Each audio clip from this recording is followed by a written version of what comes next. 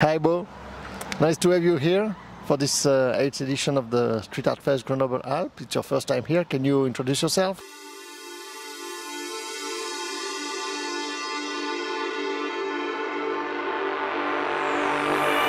Thanks for having me in Grenoble. It's my first time and it's been wonderful.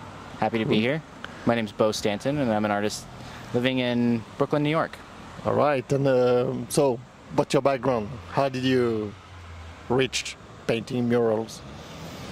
Well, I've always been into painting since I can remember. I've always been oil painting since I was 10. It was always a part of my identity. And I grew up in Southern California and I wasn't into graffiti. I wasn't an urban kid. I wasn't doing anything illegal. I was oil painting and playing the violin. You know, very kind of calm, measured. Really liked studying history, and went to art school. And in 2008, after graduating, I moved to New York to pursue a career in art. So once you arrive in New York, what's happened? So I moved to New York in 2008, which was a very difficult time to find a job in any field, crisis. Particularly in art.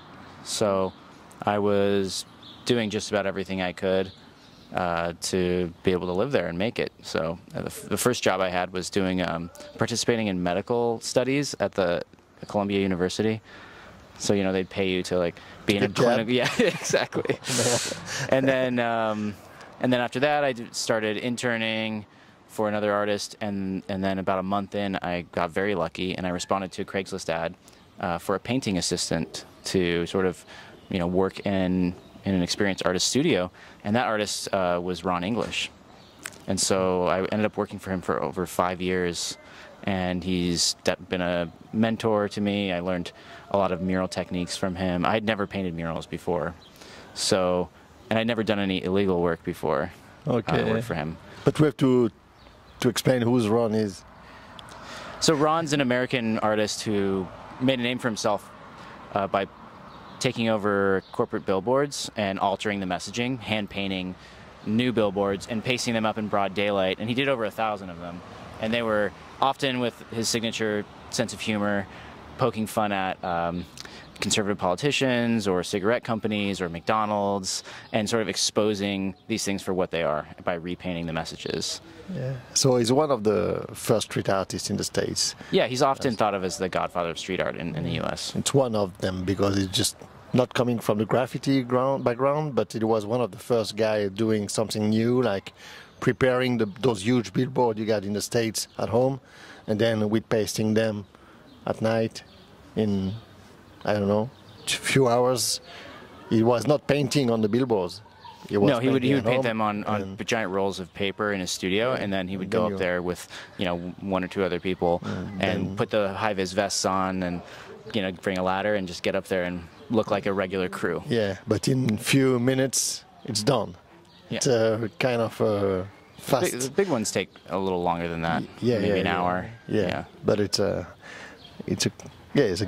really creative and crazy artist that is pushing the limits about confronting his thoughts with the politicians or with the institutions. So it's a pretty committed artist, I say. So yeah, he can't help himself. Yeah, so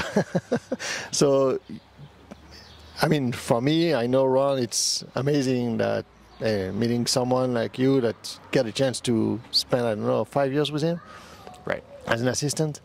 So it must be a crazy time and a wonderful time for you just by living everything. Yeah, there was some weird moments, I can imagine. But it was a great experience because I got thrown right into the mix. Yeah. And so I just worked my ass off for him for 5 years and learned a ton and got to travel with him and meet a lot of people, and then I'd never thought that I was going to do street art or muralism. I didn't think that, because I'm not pretending to be a badass that grew up in the mean streets of LA or something and had this graph background. And I always felt like because I didn't come from that it would be disingenuous to try and be doing street art or doing particularly illegal work, because I thought, that's not really it's not really my space, you know. And but then after working for Ron and getting some experience doing this stuff, I started thinking about it more. I started realizing that the actual history of public art is massive and goes back, well, potentially forever, all of human existence. We're driven to leave our mark. Mm-hmm. And you could argue that goes back to the caves in Lascaux, you know, or even just poster art in Paris in the 1800s, or, you know, there's like a lot of examples of the desire to leave your mark in the public space. Mm-hmm. And, you know, you've got the social realist painters of Mexico, you know, that have, you know, were massive. So that tradition, I feel like you can fit into the trajectory of history if you look back far enough, even if you're not from a graffiti background. Yeah, definitely. Yeah, all the muralism and art in public space starts way before street art starts. Yeah, so once I kind of wrapped my head around that, I felt a lot more comfortable entering into the space, and it became addicting because you reach so many more people than just having a painting in the white-walled gallery or museum. Yeah, and the audience is totally different. So.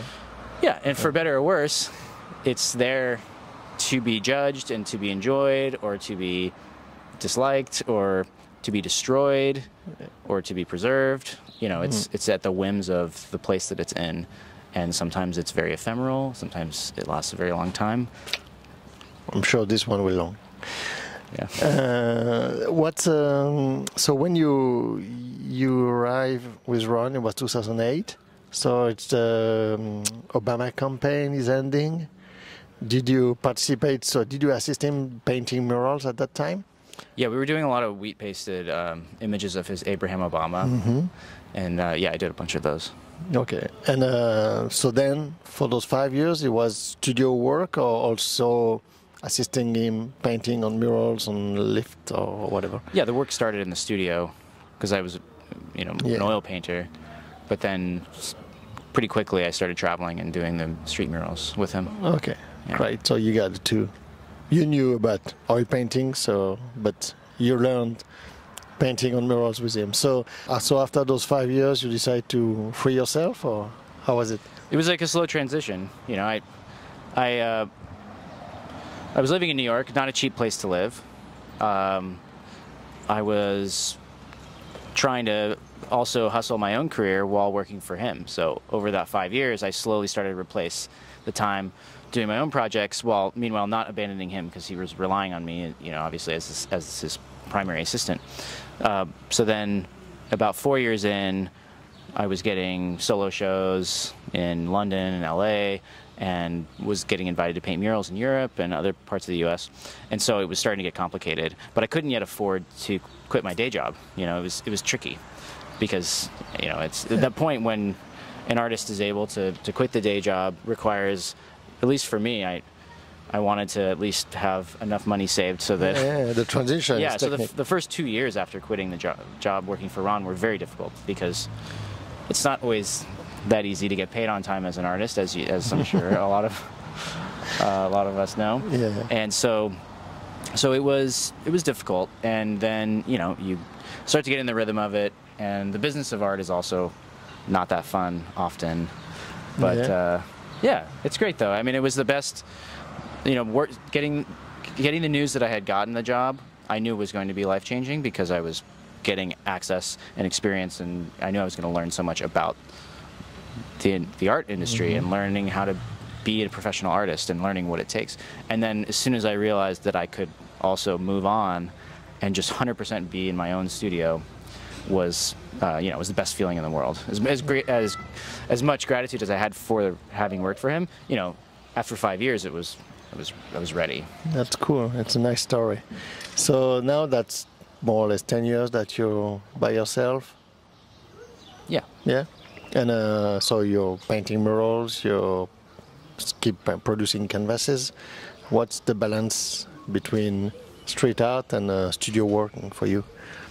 It's sort of evolved to being about 75% murals. Yeah. Only 25% in the studio. I'd like to balance that out a little more, but it's difficult because I like traveling. Yeah, and it makes sense to start with murals.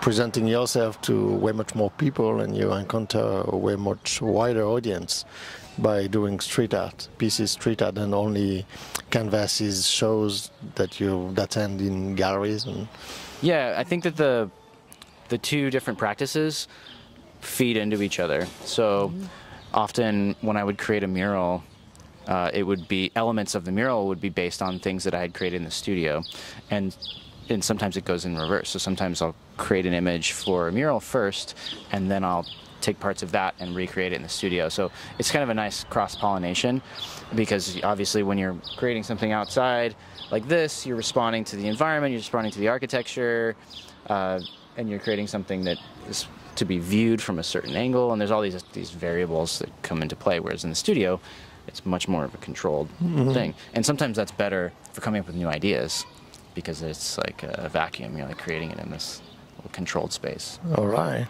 So it's a good transition to talk about this piece. So what's about the wrap of, we say Perséphone in French, so it's a Prosperina in English? It depends if you're using the Greek or the Roman mythology. It's just a different name depending. Yeah. So, but let us know about this piece. What did you... I've always been really attracted to this sculpture. It's just very dynamic and very, I guess, provocative. You've got the man's hands that are pressing into her flesh, and she's creating this sort of S shape. It's very, this is very beautiful. And I'm very interested in taking things from the past and contemporizing them and putting them into a context that applies to right now. So the myth that this sculpture is based on is about why the seasons change. So Hades abducted Prosperina, or Persephone, and brought her down to the underworld, and she ate some fruit or something, and she could only return to the every 6 months or something. And so anyways, it's a myth about spring. But I thought it would be interesting to sort of reimagine the sculpture and broadly represent the female figure as the natural world. And so the man in this image is sort of the human impulse to embrace, but also kind of control and sort of sometimes treat nature a little bit roughly, and not and maybe not appreciate it. Yeah.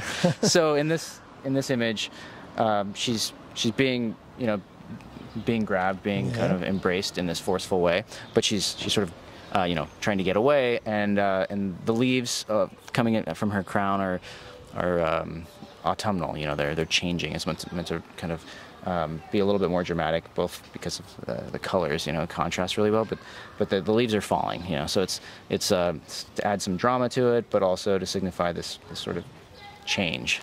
And then some of the flowers that are crowning her head are local from the Alps here. So that was sort of my little nod to the area, and that's it in a nutshell. It's when you talk about the concept of an image, I hate to talk it to death, because I think that if you explain it in too much rigorous detail, you don't leave enough room for interpretation from the viewer. So for the purposes of this interview, I don't mind giving this much detail, but actually I haven't even given it a title yet. Yeah, but you got time for that. But the thing is that it's important to understand, for the people who are going to view this interview, it's the people who want to know you more and understand the piece. All the people traveling next and encounter this piece by driving or walking or biking. This is a huge avenue where there's tons of cars are crossing every time. So not so many people, in the street art field. You got a lot of people who encounter beautiful artworks. They just enjoy it for what it is or what they're saying, but they don't go further and try to reach the artist's interpretation. So that's good to have this information also for the people who want to know more about that. But part of my artistic philosophy is to create images that instantaneously create a visceral reaction in the viewer, and allow for space for the viewer to to find little touchstones that are intentional. You know, for instance, this is a very recognizable sculpture. Whether you know what it's called or not, it's in the collective unconscious because it's very famous. I don't know. Well, it's true. Okay, you don't need people who know arts and know this kind of art.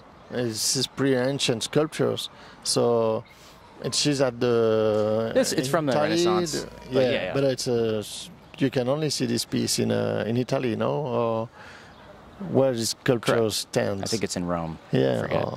Anyway, but what I'm trying to say is that most people are just going to see this driving past, and they're going to come to their own conclusions. There's nothing I can do about that. At the same time, I like there to be subtext below just the appreciating it for its aesthetics. And so I always like to have a sound foundation of my own intention and the concept. And so if you want to dig deeper, it's there. But ultimately, 99% of people are only going to appreciate it for its aesthetics. So first and foremost, it needs to function there. That's cool. That's what we're doing, because at the end of the festival, we just inform the guides, the touring guides that are doing street art tours about the basic about each pieces, and so we have to let them know a little bit about this interview or what you. Yeah, that's great, and I hope that they will communicate, the concept, and that's amazing, and I hope. That's great. Yeah. So what's the background, maybe a little bit? Is there any references to? Oh, so you're talking about the background pattern? Yeah. So I was just talking about the cross-pollination between studio work and the mural work, and the background is actually a reference to stained glass physical objects that I was making in my studio, and so I was making those out of wood and glass and some CNC techniques and mixing a bunch of techniques and then painting the glass and then backlighting them in these little boxes. And they were sort of like little rose windows, like a cathedral rose window, but through my aesthetics, and there was nothing representational in them. They were just purely like a glowing object. And so I started using them, taking pictures of those, and then mixing them back into the murals and in paintings. So that's what we have here. This is the framework that you see there, and the shapes are the ones with the sort of magenta and the darker spots are like the wood framework, and then the shapes are like the panes of glass and So that's So it's not meant to really represent anything in particular. It's just to create a dynamic background, and also it's just part of my practice. Yeah, it's a full circle. Things. Sometimes I'll build a mosaic out of stone and brick and glass, and then that will end up in the painting later. When you create this kind of image where you see a little bit of nudity and this kind of pieces, can you do that in the States or the same way, or you done that in France, but would you have done it in the States the same way, or would it have been possible? It's hard to say. I think a lot of curators would probably think twice, because there's a lot of self-censorship that happens where there's the anticipation of outrage, and then you never get to even put an idea out there. And it's not that there's a lot of actual censorship in the US, it's just that people self-police too much, I think. And so when you invited me to come here and paint, and I had this idea for this image for a while, I thought this would be the right place to do it. And I thought, the image is like a little bit provocative. I think the French would like that. So here we are. Okay, no, I'm just glad, because I'm glad we talked about that last night, and I was forgetting to ask you the question, to be honest. Yeah. But it's interesting to see the difference of the cultural difference between, how we handle art in France and maybe in the States, because not so many people are traveling, and less and less will travel, I think, in the future. So the difference of what can you do in the States, and what the liberty, I will say, that to create or to have more, strongest images in France, or in Europe, maybe it's something that I don't know, American artists will appreciate if they come here. They get more liberty or less censorship or auto-censorship. How do you... Would you propose that piece in the States, or did you censor yourself and say, I didn't have the... Well, go. I wasn't presented with a wall quite like this in the U.S. this year. So I did not present it for any projects. It just felt right for this one for a number of reasons. Not only the sort of openness and the acceptance that I perceived in France for an image that might be a little more challenging, but also because the wall itself was appropriate for the image. Okay. And but I think yeah, it's fun to push the envelope a little bit. You know, going back to my background, that's Ron's whole thing. You know, and I was never intentionally provocative with my art, and I still. I don't know. I mean, this is pretty tame, right? I mean, nice. This is just like it's a sculpture. It has a, you know, you can see a little bit of some leg and the side boob. But it's pretty soft for France. Yeah, exactly. No worries. But it's never been a part of my intention. Now, not to say that I've never been controversial on accident, because I had something happen once where an image was misinterpreted and led to a really big thing. But ultimately, it was a valuable experience, and I think I'm more comfortable since then being challenged in that way, because now I think I got a lot of practice being able to talk about it and being able to maybe defend the work a little bit better, and also at the same time better at thinking about in the beginning how to, you know, what makes sense in a place, and maybe a little bit of that can lead to self-censorship, but hopefully not too much. Yeah, but here it fit perfectly. We are in a green city, the meat of Demeter, which is, you know, the best things can happen in an agricultural field, and the way you interact with Mother Nature. So that's a perfect signature for Grenoble, which is the Green European Capital this year, 2022. So. It's a perfect match. Yeah, I totally knew that. That's why I did it. So thanks a lot, Beau, and we hope to see you here again. Well, thank you very much for the opportunity. Thanks, and next time with the moustache. We'll see about that. Yeah.